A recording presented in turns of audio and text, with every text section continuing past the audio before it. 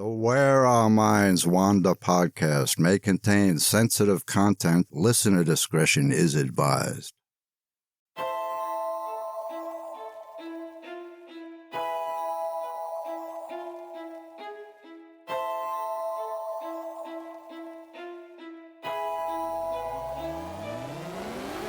Greetings, fellow wanderers, to the places our minds wander. The house at the end of the dirt road, where disembodied voices whisper and strange sounds make the living shiver. Where shadows lurk at the edge of the woods, just outside your back door. And mysterious lights speed beyond reason across the clear night sky. Odd events throughout time that lead you down the rabbit hole. I'm Wes. And I'm Beth. And this is Where Our Minds Wander. Hello and welcome to Where Our Minds Wander, all you fellow wanderers. Thank you for joining us. Yes, hello, all you fellow wanderers. Before we get into tonight's stories, we just want to remind everyone that if you're in the Whitehall, New York area on September 28th, come check out the Whitehall Sasquatch Festival. Yeah, it's always a great time. And this year they'll have speakers like always and the calling contest and 125 plus vendors. So Wes and I will have a booth there again this year. So stop on by and say hello. Yeah, every year it seems to be getting bigger and bigger, which is awesome. And like Beth said, stop on by and say hello. And if you have any stories to share with us, we'd love to hear them. We would be glad to listen. All right, Beth, no housekeeping tonight. So why don't you tell everyone where your mind wandered for this episode? All right, so at a certain age in the U.S., every student learns about the assassination of President Abraham Lincoln. It famously took place while Lincoln and his wife, Mary Todd, were watching a play at Ford's Theater in Washington, D.C. on the night of April 14, 1865. Actor John Wilkes Booth snuck into the presidential box, pulled out a revolver, and shot the 16th president before jumping to the stage and shouting Sic Semper Tyrannis, a line from Julius Caesar, which means thus always to tyrants. Booth was hunted and then cornered in a barn in Port Royal, Virginia on April 26th, where he was shot by Sergeant Boston Corbett. The murderer had been taken down, and yet the country fell into deep mourning over the death of Abraham Lincoln. In the years since, Ford's Theater is said to be haunted by the spirits of Lincoln, Mary Todd, and John Wilkes Booth. Visitors have claimed to hear the faint sound of gunshots, followed by faint screams, as though that moment in time is being replayed over and over. Some visitors have even claimed to see an apparition in a stovepipe hat, and a woman who they believe is Mary Todd. She leans over the presidential box and points down at the stage. Some say the specter of John Wilkes Booth has been seen sprinting across the stage. But most students aren't taught anything about the other couple who shared the Lincoln's theater box that night, and how the tragedy affected them for the rest of their lives. So, tonight, I'm going to share the story of Henry and Clara Rathbone, a young couple who did heroic things to try and save the president, but ultimately paid a horrible price. It's not a happy story, and I should mention that it includes murder and attempted suicide. Henry Reed Rathbone was born in Albany, New York in 1837 to a rather wealthy family. His father passed away in 1845, and 3 years later his mother married New York Senator and State Supreme Court Justice Ira Harris. Harris had 4 children from a previous marriage, including Clara, who was 3 years younger than Henry. Henry aspired to be a lawyer, and he studied law at Union College, although he tended to miss a lot of his classes. By 1858, he had secured a job as a judge advocate for the New York National Guard, before being chosen to observe the Second Italian War for Independence in Europe. Meanwhile, Henry got engaged to Clara, yes, his stepsister, and then enlisted in the Union Army at the onset of the Civil War. He was captain of the 12th Infantry and was at the Battle of Antietam and the Battle of Fredericksburg. In 1863, he was given a desk job and yet still rose to the rank of major by the end of the war. During the Civil War, Clara Harris, who had some pretty good connections to high society, became friends with Mary Todd Lincoln. And so, on the night of April 14, 1865, the Lincolns decided to go to Ford's Theater to watch a production of Our American Cousin. Reportedly, President Lincoln didn't want to go, but he felt like he had to. He asked Ulysses S. Grant and his wife Julia to come as their guests, but Grant declined. And so, Mary Todd suggested that perhaps her friend Clara Harris and her fiancé Henry Rathbone might enjoy the play. Clara had been to the theater with the Lincolns before, and Mary Todd thought the young couple would be suitable evening companions. According to allthat'sinteresting.com, Clara and Henry met the Lincolns on the corner of 15th and H Streets in Washington, D.C., around 8 p.m. They climbed into the president's carriage and rode together to the theater. EmergingCivilWar.com says that by the time the two couples arrived, the play had already started. But as they settled into the presidential box, the actors stopped performing right in the middle of the scene, and the theater erupted into cheers. The orchestra began a lively rendition of Hail to the Chief as Lincoln reluctantly smiled and bowed a little before taking his seat in a cushioned rocking chair just inside the theater box's door. Mary Todd sat to the right of her husband, and Clara and Henry sat together on a walnut sofa furthest from the door. By all accounts, both couples enjoyed the play, especially when the actors on stage altered one of the lines to reflect their admiration for the president. The two lines played on the word draft, with one character using it to mean a breeze, and the other character making a pun about its military meaning. The original script called for the heroine to say she wanted to be seated away from the draft, and the answering line was supposed to be, "Well, you're not the only one who wants to escape the draft."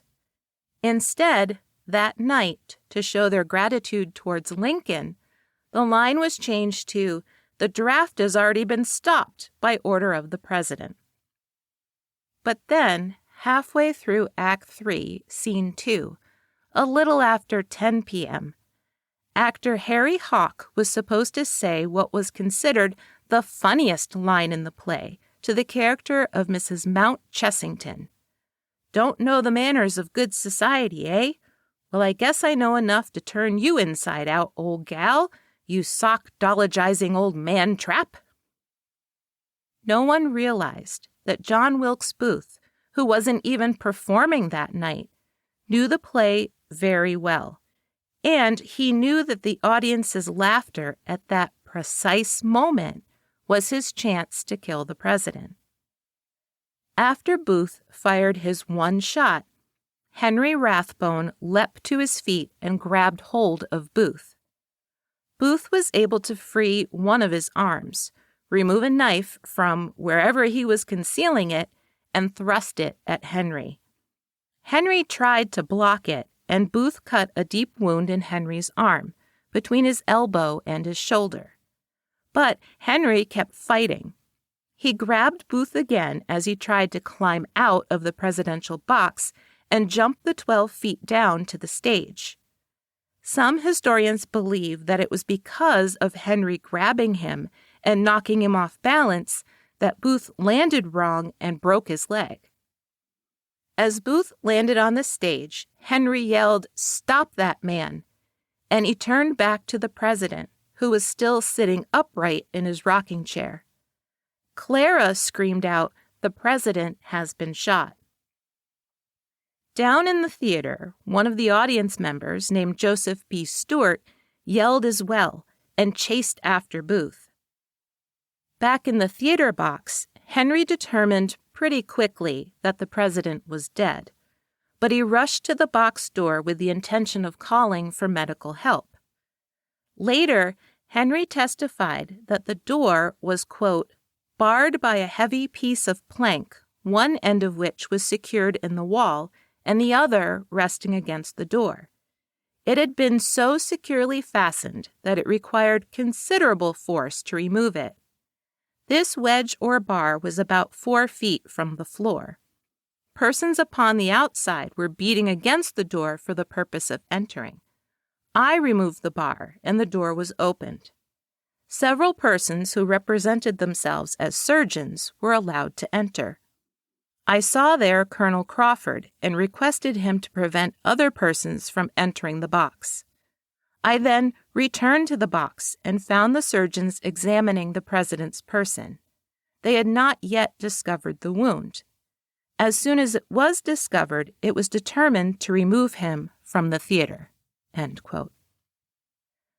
Before the doctors even tried to remove Lincoln from the theater, Henry showed Dr. Leal his wounded arm. Leal later wrote, quote, "Major Rathbone had bravely fought the assassin. His arm had been severely wounded and was bleeding. He came to me holding his wounded arm in the hand of the other, beseeching me to attend to his wound.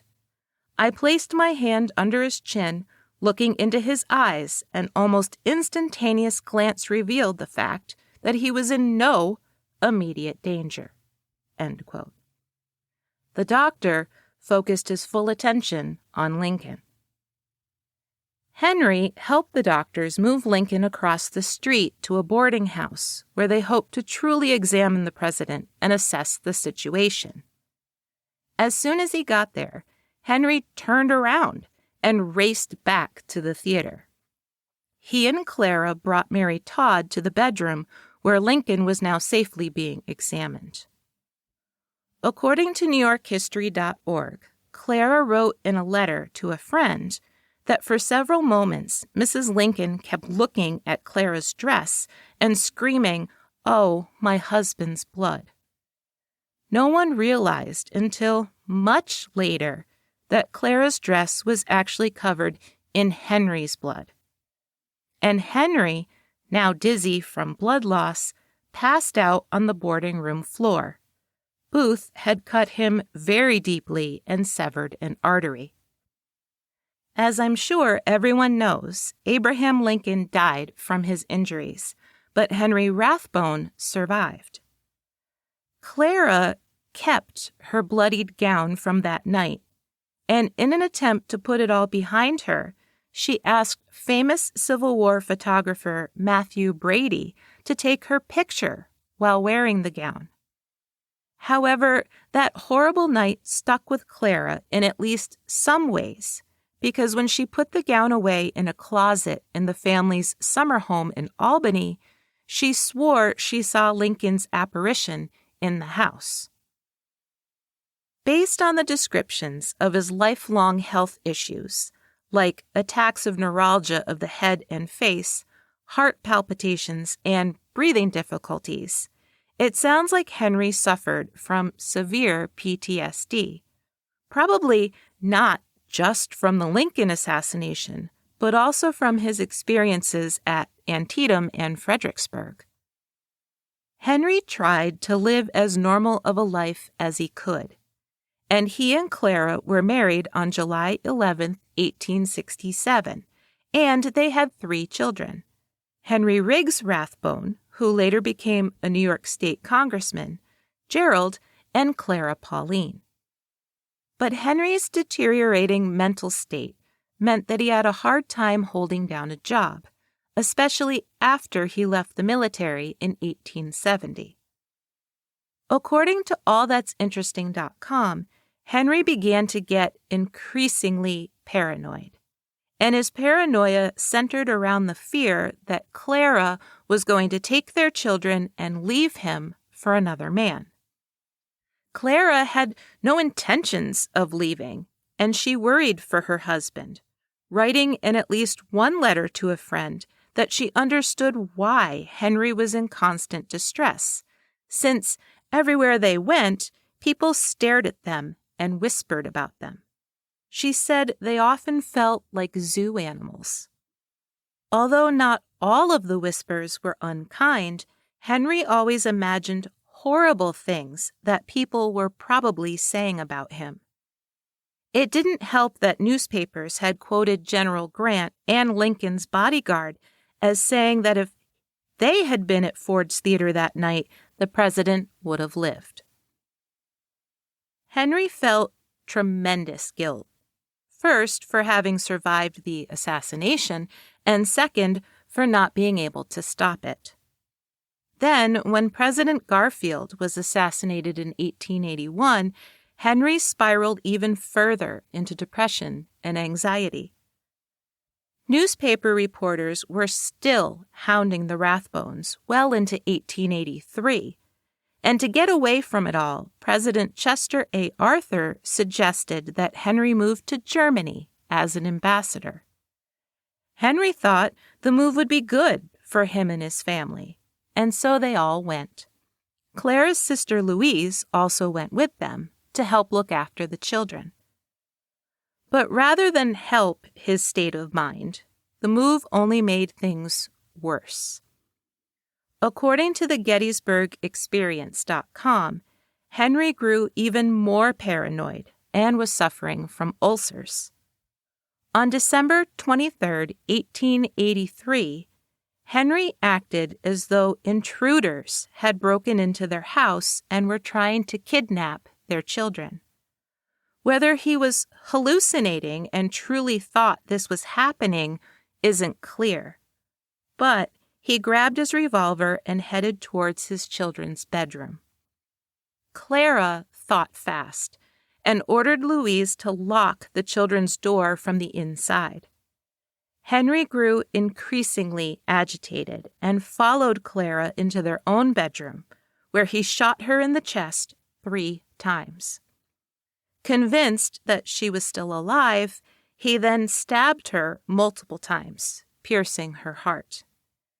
Henry then stabbed himself 5 times in the chest and stomach. Louise entered her sister's bedroom and thought both Clara and Henry were dead. Clara did die from her wounds, but somehow Henry lived. Declared legally insane, Henry Rathbone was committed to the provincial insane asylum in Heidelsham, where he remained for the next 30 years. He passed away there on August 14, 1911. A year earlier, in 1910, Henry Riggs Rathbone, Clara and Henry's oldest son, burned the gown that his mother had been wearing that night at Ford's Theater 45 years before. He said he burned it because the gown was nothing but a curse on his family. So, it's kind of obvious why school kids aren't taught the story of Henry and Clara Rathbone. It's sad and it's disturbing, and it really is the definition of a tragedy. But for adults, I think it's a story that deserves to be told, if only for the fact that our understanding of PTSD and the importance of mental health have thankfully changed a lot since then. And also because I think Clara deserves to be remembered. What an awesome story. You know, everyone knows about Abraham Lincoln. Right. But I had never heard of Henry Rathbone or Clara before. I had heard the name Henry Rathbone, used in different situations, but I never really understood why. So, I came across it when we were looking into the Lincoln body snatching story for last week's episode. So I thought it was pretty interesting and it deserved to be told. It certainly does.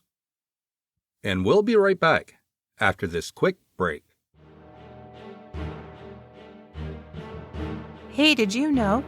On November 20th, 1980, 12 men decided they better get off their dangerously tilting oil drill platform on Lake Peigneur, Louisiana.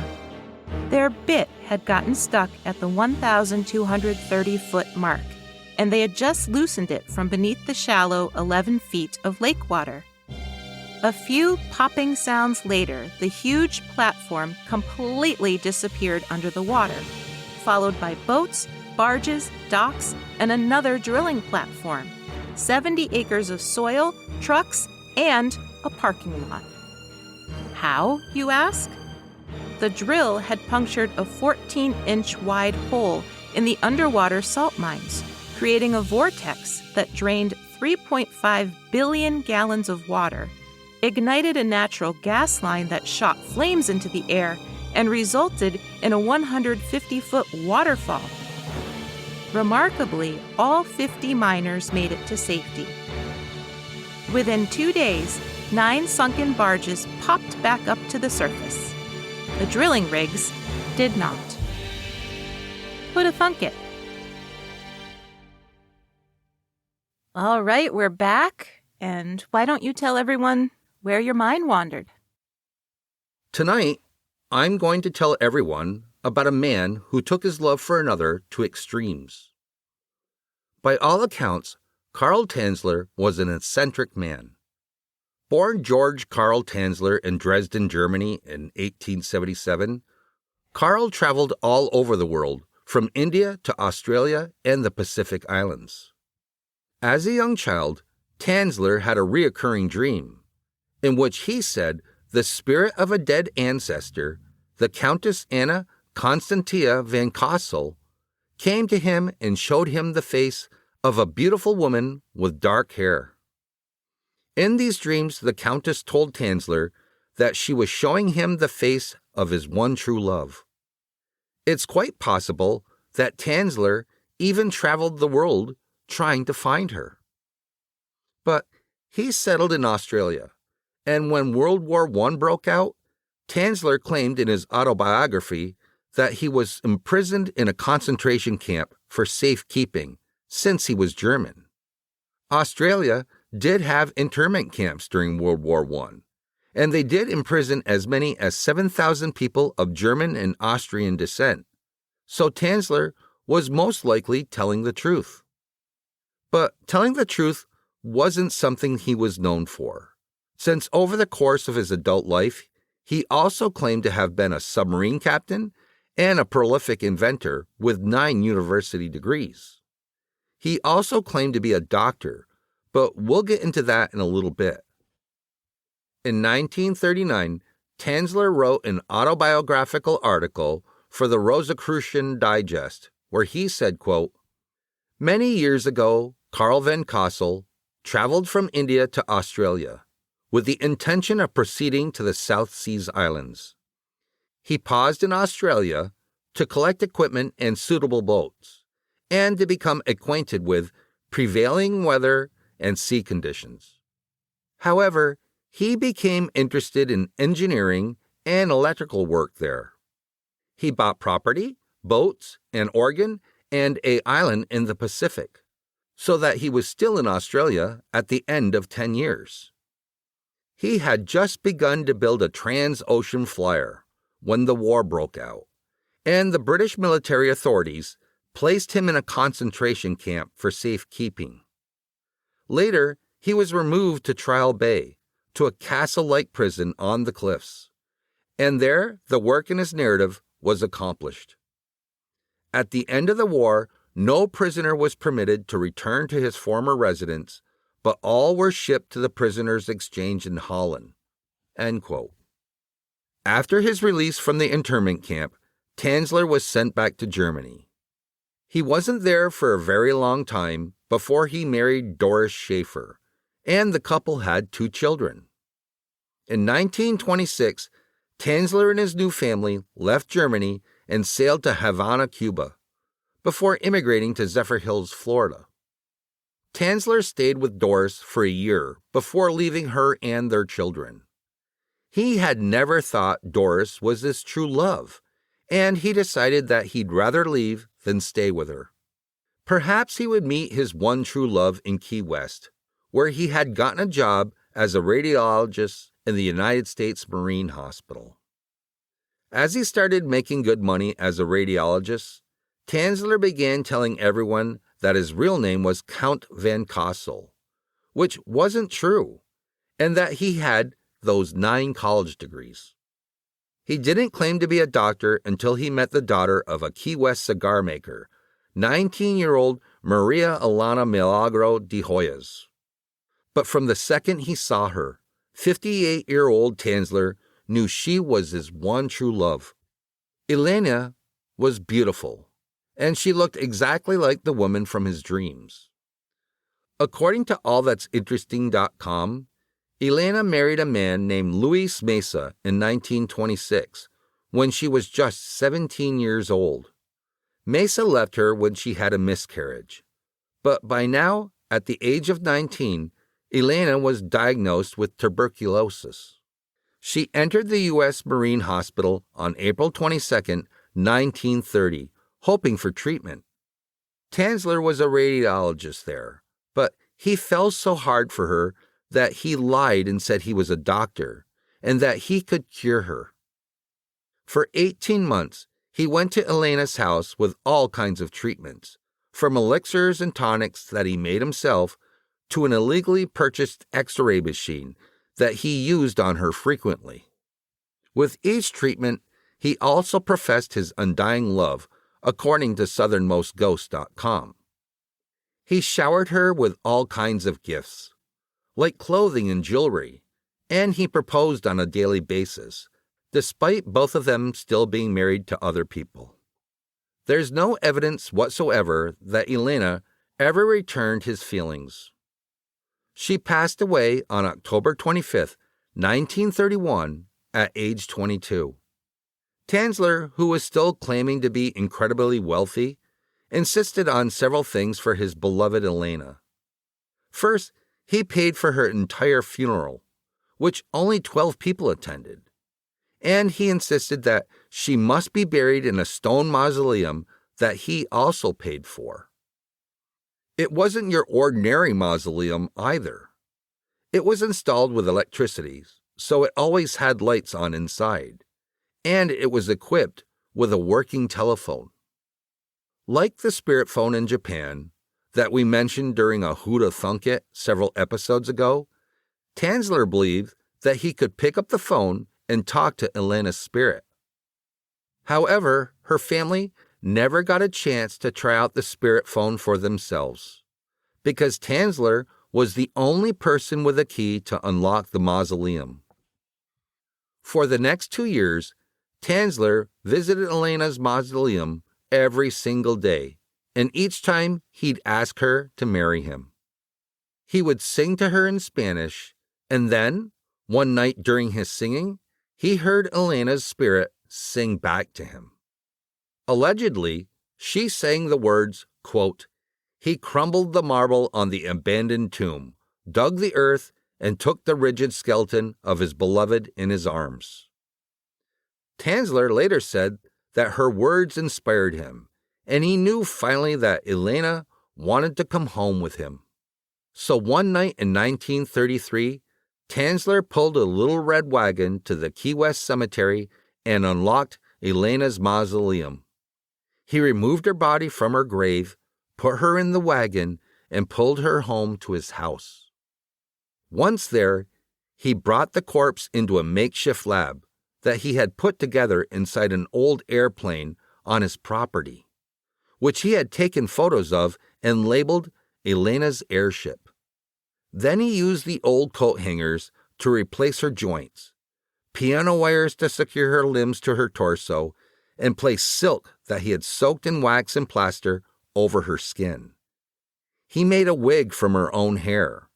He gave her glass eyes, and he covered her in expensive perfume.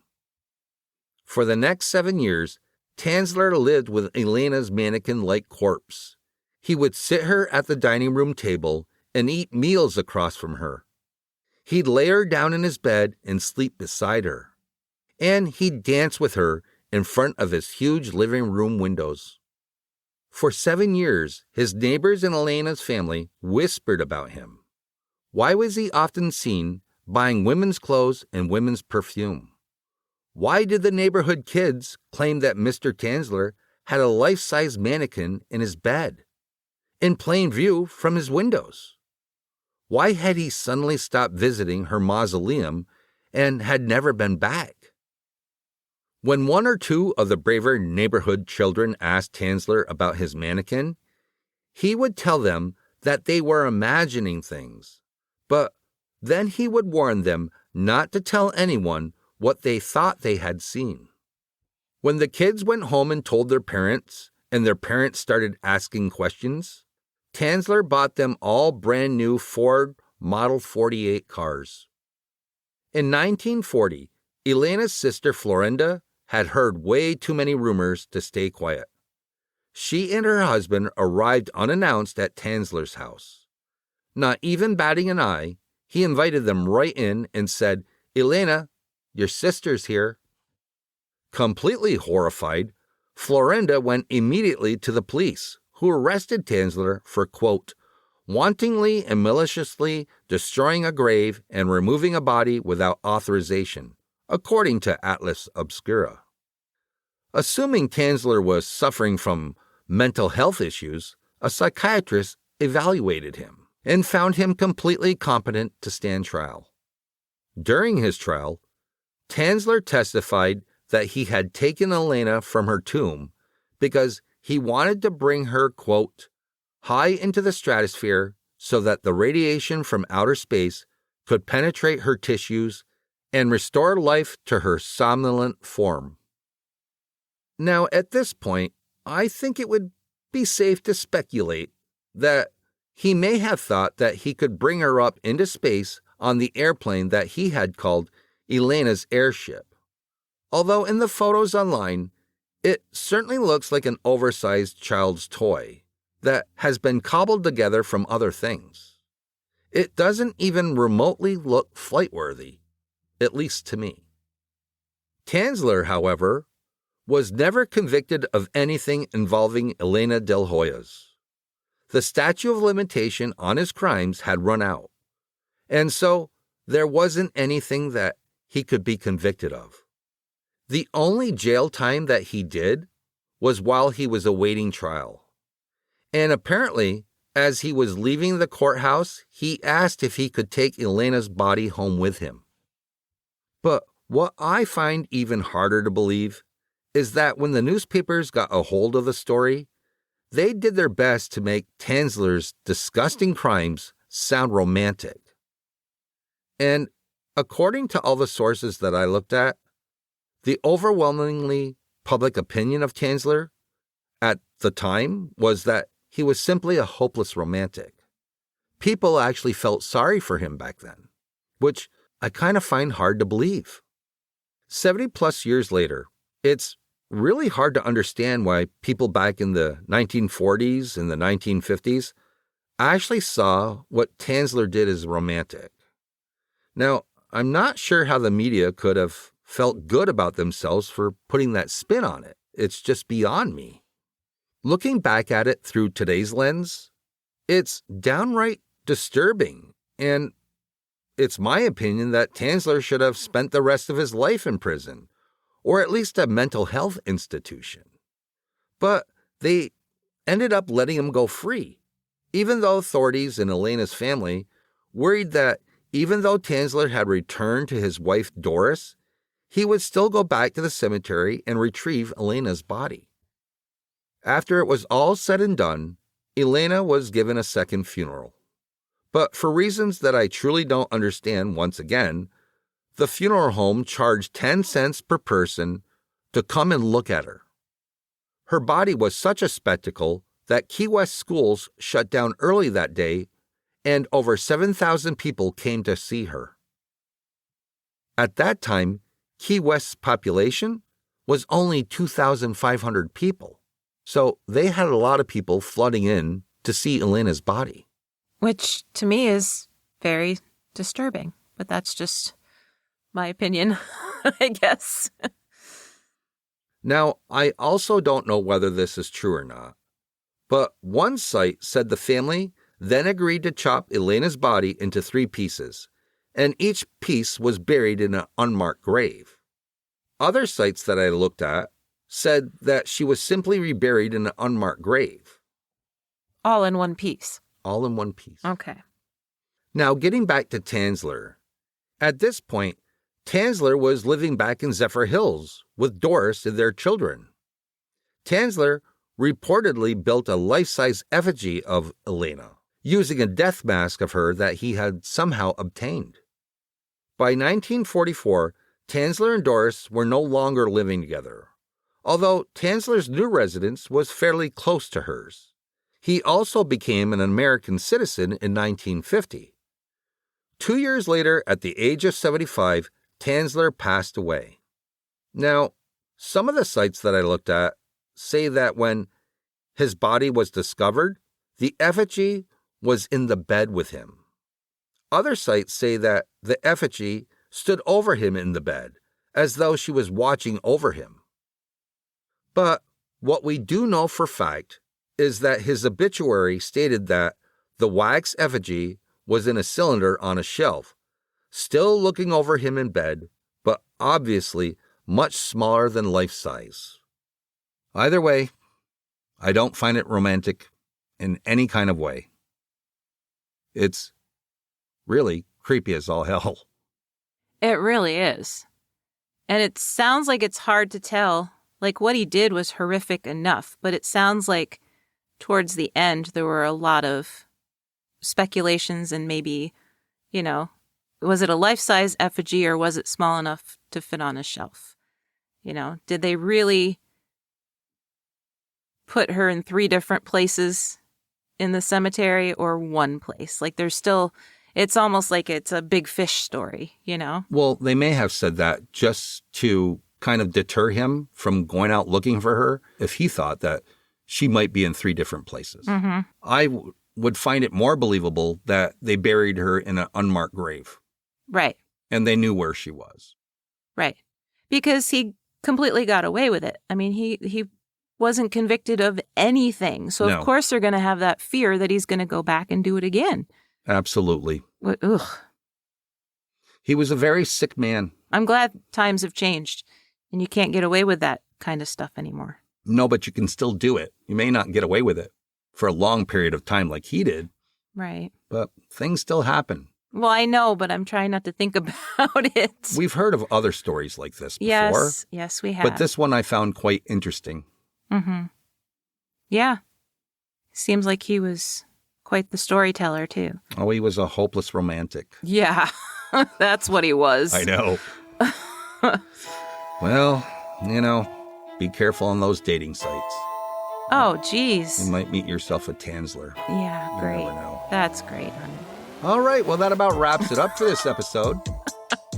Yes, and as always, if you would like to know more, you can always check our sources in our show notes for information about Henry Rathbone and Clara Rathbone and Carl von Tanzler. And we thank you all for joining us. Join us next week for an all-new episode of Where Our Minds Wander. See you soon.